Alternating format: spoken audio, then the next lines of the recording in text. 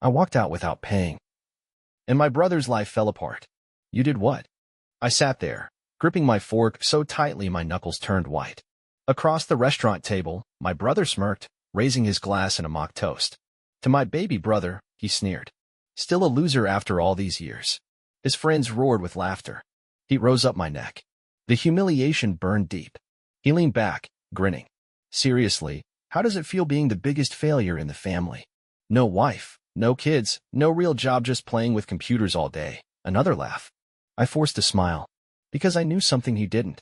The bill came. He slid it toward me without a second thought. You got this, right? Like always? I looked at the bill. $380. Of course. The expensive whiskey. The Wagyu steak. The endless rounds of drinks. He never paid for anything when I was around. I put my card back in my wallet. Slowly. Deliberately. Nah, I said, standing up. You got this. His smirk faltered. I grabbed my coat and walked out. Behind me, the confused murmurs turned into frantic voices. Then yelling. Then my phone vibrated. One call. Then another. By the time I reached my car, I had 27 missed calls. I smiled. Oh, now he wanted to talk? This was going to be fun. I let my phone buzz in the passenger seat, the vibrations rattling against the dashboard. 27 missed calls. Texts piling up one after another. I didn't answer a single one. Through the restaurant's glass doors, I watched my brother pace back and forth, phone pressed to his ear, his other hand raking through his hair in frustration. His smug confidence? Gone. His friends? Now looking at him expectantly, waiting for someone hand to pay the bill. He had no idea I was sitting right here, watching it all unfold. I picked up my phone and scrolled through the messages. Josh is panicking. What did you do? Sort this out. You're an adult. Dude, this isn't funny. Get back here and pay the damn bill. Are you serious right now? You're gonna regret this. I smirked. Oh, am I? For years, Josh had taken and taken, never stopping to think about where the money came from. Dinners, gifts, loans he never paid back. He treated me like an ATM with no withdrawal limit. And the moment I cut him off, he crumbled. I put my phone on silent, leaned back in my seat, and took a deep breath. Let him panic. Let him sweat. For the first time in my life, I wasn't the one being used. And damn, it felt good. I sat in my car, watching the show unfold. Josh was still on his phone, pacing near the restaurant entrance, his free hand gesturing wildly. His face was flushed, his eyes darting between his friends and the waiter standing beside their table, arms crossed, waiting. I knew exactly what was happening. Josh was stalling, hoping anyone would step in and cover the bill. But why would they? His friends weren't my friends. They didn't expect to pay, just like Josh never did. The difference? I wasn't there to clean up his mess anymore. The waiter said something.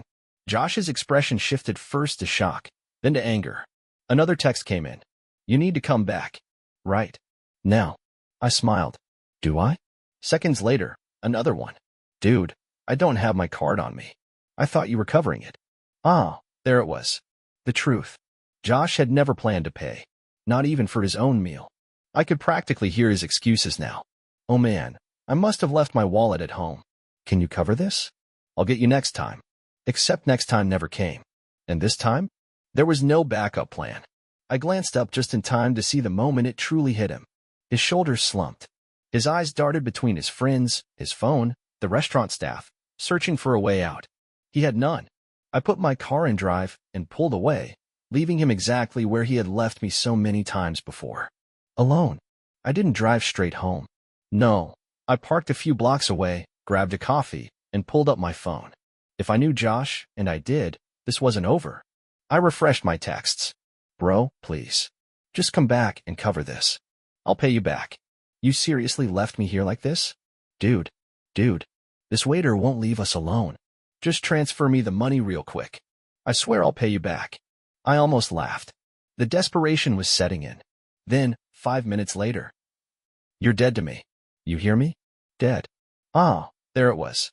The rage. The moment he realized I wasn't coming back. I took a slow sip of coffee and waited. And then this was too good. I got a text from Kelly, Josh's wife. I just got a call from the restaurant. Oh, Josh's card got declined. He had to call Dad to come bail him out. I actually choked on my drink. Dad? The same dad who always said Josh is the responsible one. Josh is the successful one. Oh, this was poetic.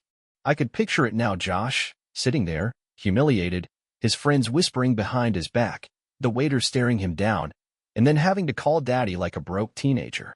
The golden child, the favorite son, the successful brother, begging for help. I let out a low whistle. Karma had never tasted so sweet. The next morning, I woke up to 42 unread messages. I didn't even have to check who they were from. But curiosity won. How could you embarrass your brother like that? You've made your point. Now fix this. You are the biggest piece of SH. I tossed my phone on the nightstand and stretched. It was too early for this nonsense. But before I could even get up, another text came in. Kelly. I opened it instantly. Kelly.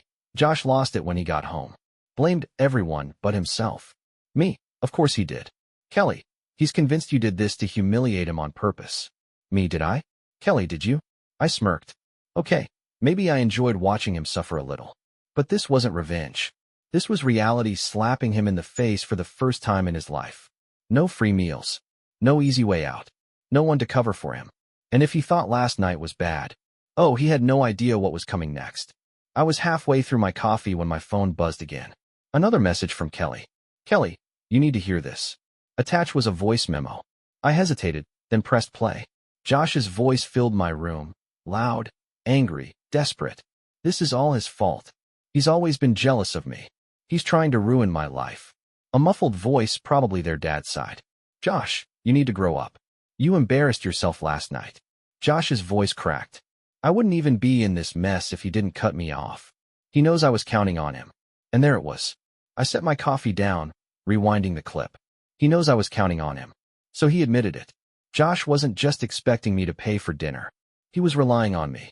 Like always. And now that safety net was gone, I leaned back, a slow grin spreading across my face.